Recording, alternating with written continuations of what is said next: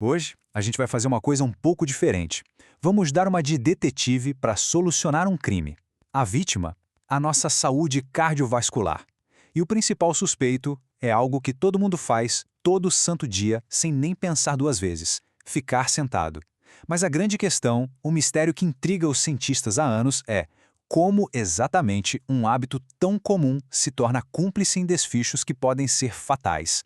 A resposta, ao que tudo indica, estava o tempo todo ali, escondida no nosso sangue. É só parar pra pensar, né?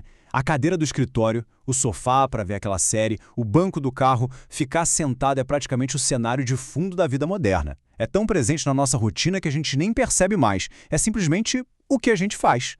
E é exatamente aqui que a investigação fica séria. Para uma pessoa que já tem uma doença cardiovascular, cada hora na cadeira tem um peso diferente. A gente sabe que não faz bem, mas o que sempre faltou foi entender o como. Como é que o simples ato de não se mover se transforma, biologicamente falando, em um risco de vida maior?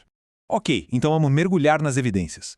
Para entender o crime, primeiro a gente precisa analisar o que já se sabe sobre o nosso suspeito, o comportamento sedentário. E aqui é super importante definir do que estamos falando. Quando a ciência fala em comportamento sedentário, não é sobre preguiça, não. É uma definição bem técnica. Qualquer atividade que a gente faz acordado, mas com um gasto de energia muito baixo, sentado ou deitado. Trabalhar no computador, dirigir, assistir TV, tudo isso entra nessa conta. E a base dessa investigação é um estudo, assim, gigante. Não é uma pesquisa pequena, não. Foram mais de 13 mil pessoas com doenças cardíacas já existentes, acompanhadas por quase 13 anos. Em média, essa galera passava mais de 5 horas por dia sentada. E o dado mais pesado, mais de 3 mil mortes foram registradas durante o estudo. Ou seja, os números são muito claros. Então aqui está o ponto central da questão. A ligação é nítida. Quanto mais tempo uma pessoa fica sentada, maior o risco de morte. Só que uma associação não explica a causa, né? O mecanismo por trás disso, a conexão biológica direta, o como essa arma do crime funciona, isso continuava sendo uma enorme interrogação. E para encontrar essa ligação, os pesquisadores tiveram que trocar o binóculo pelo microscópio. Eles pararam de olhar para o comportamento em si e começaram a procurar pistas do lado de dentro, no lugar mais revelador que existe, a nossa corrente sanguínea. O alvo dessa busca foram os metabólitos. Pensa neles como se fossem as migalhas de pão químicas que nosso corpo deixa para trás depois de cada processo. São as impressões digitais moleculares de tudo que a gente faz, do que come até o tempo que passa no sofá. É como um relatório em tempo real da nossa fisiologia. A grande hipótese que moveu essa investigação toda foi justamente essa.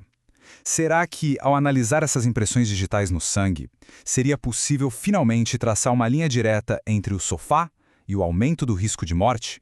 E a resposta foi, assim, um verdadeiro divisor de águas. Eles não acharam só uma pista perdida, não. Eles descobriram um padrão completo, uma verdadeira impressão digital metabólica que denunciava o tempo que a pessoa passava sentada. O fascinante foi o que eles encontraram. Usando modelos estatísticos bem complexos, eles conseguiram isolar 35 metabólitos específicos que, juntos, formavam um padrão muito claro. As concentrações dessas moléculas no sangue subiam ou desciam de um jeito super consistente com o tempo que alguém passava sentado. Era uma assinatura, não tinha como confundir. E aqui a gente vê direitinho por que essa descoberta é tão importante. Quando os pesquisadores usaram o tempo que as pessoas diziam que passavam sentadas, o risco de mortalidade aumentou em 8%. Mas, quando eles usaram a pontuação baseada nessa assinatura do sangue, o risco simplesmente pulou para 16%. É o dobro. Isso prova que o sangue conta uma história muito mais precisa e objetiva do que a nossa memória. Certo, então a gente já tem o suspeito e agora tem a impressão digital dele na cena do crime.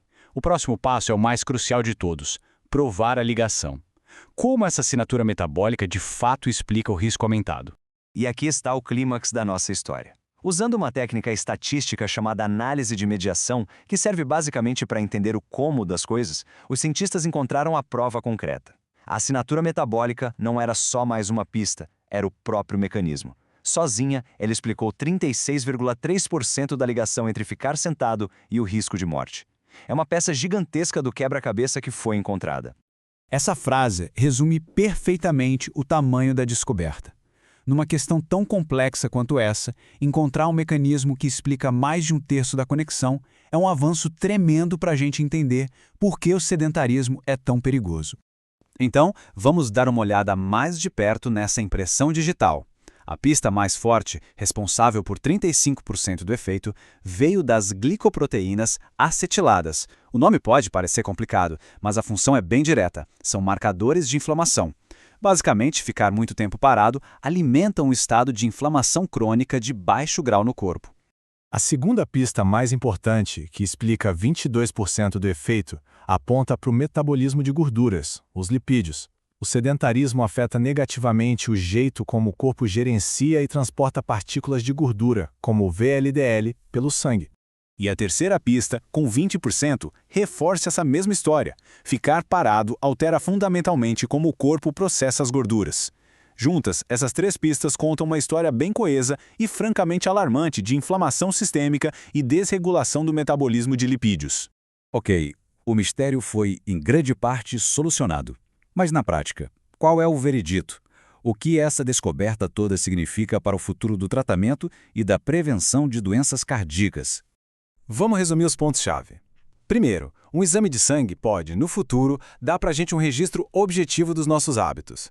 Segundo, esse registro biológico é muito mais poderoso para prever riscos do que a nossa própria memória. E o mais importante, agora existem alvos claros, como a inflamação e o metabolismo de gorduras, para desenvolver novas terapias e intervenções mais personalizadas. E isso nos deixa com uma reflexão final. Nossos corpos estão constantemente registrando quimicamente as nossas escolhas. A grande questão para o futuro é, será que um dia a gente vai confiar mais nesse registro bioquímico para avaliar a saúde do que nas nossas próprias lembranças? Essa pesquisa sugere que esse futuro talvez esteja bem mais próximo do que a gente imagina.